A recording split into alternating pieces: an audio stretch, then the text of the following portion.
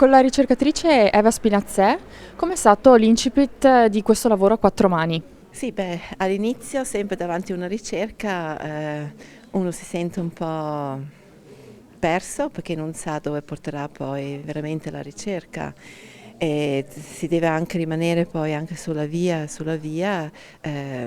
iniziale.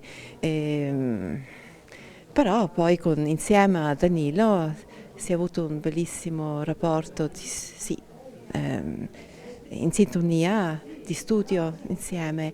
E io mi sono più concentrata sulla parte dell'architettura della Pieve e Danilo sugli affreschi.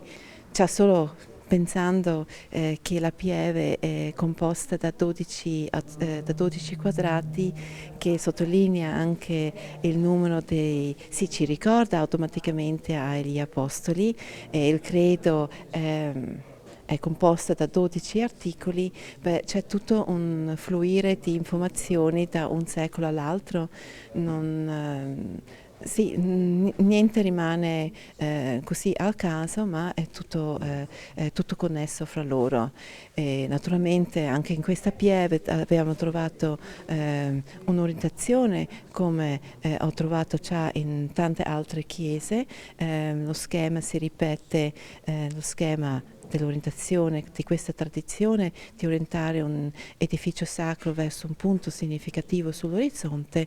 Anche possiamo dire anche qui a Felletto la Pieve incorpora proprio un'orientazione precisa e sì, ma non solo con l'orientazione, ma anche con il fascio della luce che penetra attraverso il grande rossone, ricordando così le quattro feste, proprio le quattro feste mariane celebrate durante il Medioevo.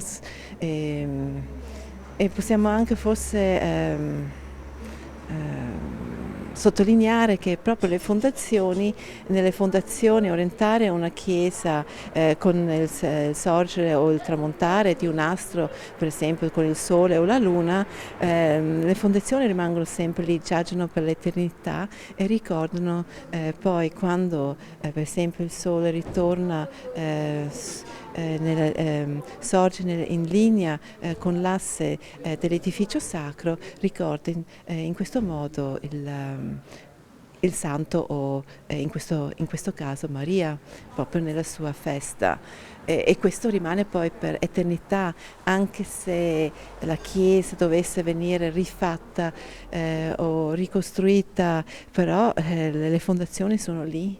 E, e la sua festa, il suo ricordo non svanisce mai, rimane.